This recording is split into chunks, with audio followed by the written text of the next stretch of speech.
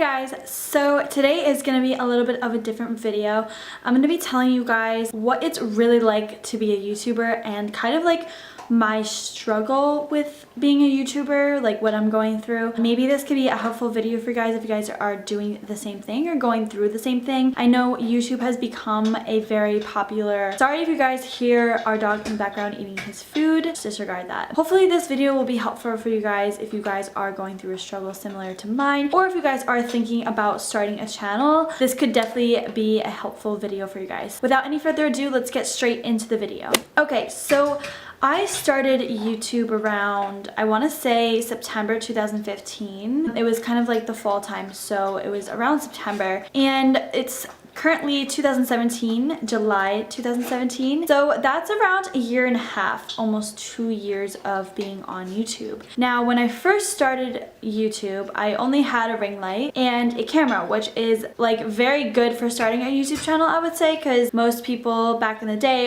didn't really have DSLR cameras or anything like that. Sometimes people recorded it on their iPhone or their laptop or something like that. So I kind of was a little bit prepared. I was like, you know what, before I start my channel, I'm just gonna invest a little bit into my equipment and stuff. So I had a ring light and I had a Nikon camera. Right now I'm recording on a Canon T3i. Some of my videos were recorded with the Sony a5100, which I only use for kind of like vlogs and selfies now. I don't really use that to film, but I'm currently filming on a Canon T3i. So just to give a little bit of background, like that's kind of like the equipment I use and what I started with. So I started my first video, I think I put it on private or deleted it because it was kind of out of focus. I didn't really know what I was doing, but I like to think that I did. A lot of my other videos, you know, I was kind of shy. When I was talking, it was kind of like just talking like this, like, okay, and then I just blend the shadow out and then blah, blah, blah.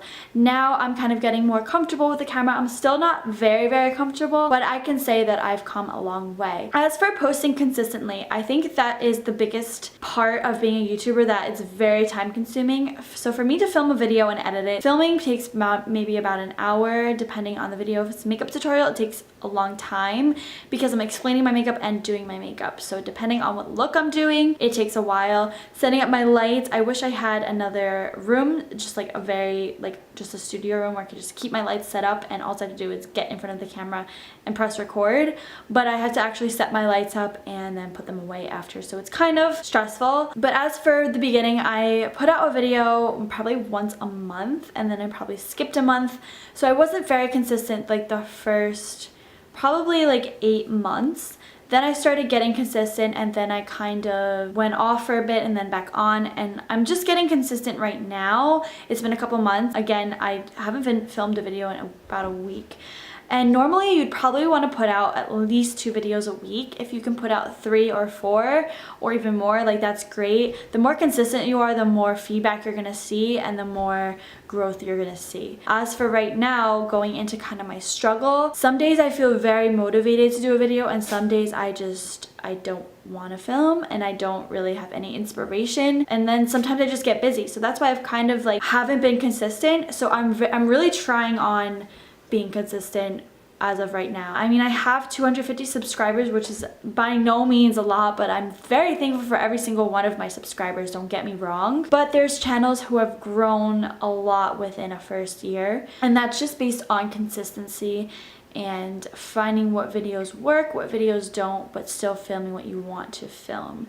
And I feel like I haven't really found that yet. Like I film makeup tutorials and just kind of like other types of videos, but some videos do very well. Like my why I quit Sephora video does really well. My lip enhancer video has almost, I think it has 14,000 views right now. My Sephora video had around 2,000, which is a lot, more than my normal video would have. My normal videos probably have around 100 views, 200 views depending on the video. So that's definitely something I struggle with, is finding the right kind of videos to film. And there's this whole thing about YouTube SEO that you have to really research because it really has an effect on your videos. There's certain keywords that you have to include. There's a whole ton of videos. I don't even want to get into it because I'm not really familiar with it, but something about how saving your videos in the title that you're actually going to post them with has an effect on how many people can see your video, how Google puts your video out there. If you say your keywords within the first couple seconds of your video, it gets out there faster.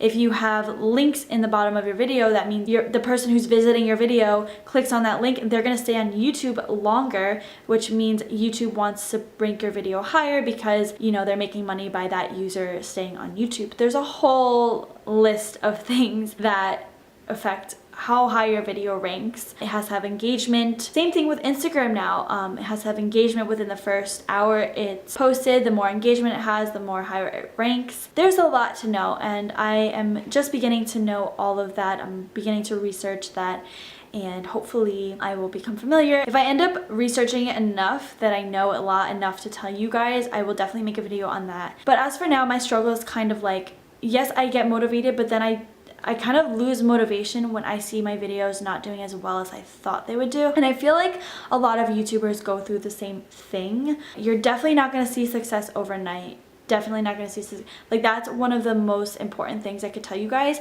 because when I started my channel, I thought it wasn't going to take me long to get to at least 1,000 subscribers, and I'm still not there yet. That has a lot to do with consistency, but like I said, even if you're consistent, it's still going to take a while. The next thing is be consistent. Like I just said, it's very important. So if you're starting a channel, I would definitely tell you guys to be consistent. So my struggle is kind of with motivation with Instagram as well. So my Instagram is MissBellaBeauty, and it has 9,000 followers. It's still not a lot compared to a lot of other bigger Instagrammers and bigger social media influencers, but it's way easier to get followers on Instagram than YouTube. So YouTube is kind of where I struggle, and don't get me wrong, I love making YouTube videos. It's one of my passions, but then I lose motivation when I don't see a lot of views. And I know that numbers shouldn't matter. You should just be making videos because you're passionate about it, and I am, but also I want to get my video out there, and I want as many people to see it, and as many people, like, I want to help as many people as I can